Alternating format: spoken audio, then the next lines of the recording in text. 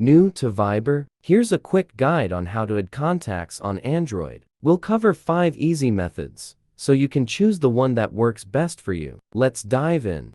1. Invite your Android contacts to Viber. Open Contacts and go to All Contacts. Find the contact and tap Invite to Viber to send an SMS invitation. 2. Add contacts by searching his or her phone number. Write down the phone numbers. Open Viber. Tap Add Contact. Enter the phone number in international format. Tap Done to add the contact. 3. Scan the contact's QR code to add him/her. Ask your friend to open Viber. Tap More and generate a QR code. Scan the QR code with your scanner to add the contact. 4. Add contacts from the conversation. Open the conversation and tap the contact's profile picture. Tap Save and enter their name. Click Save again to add the contact.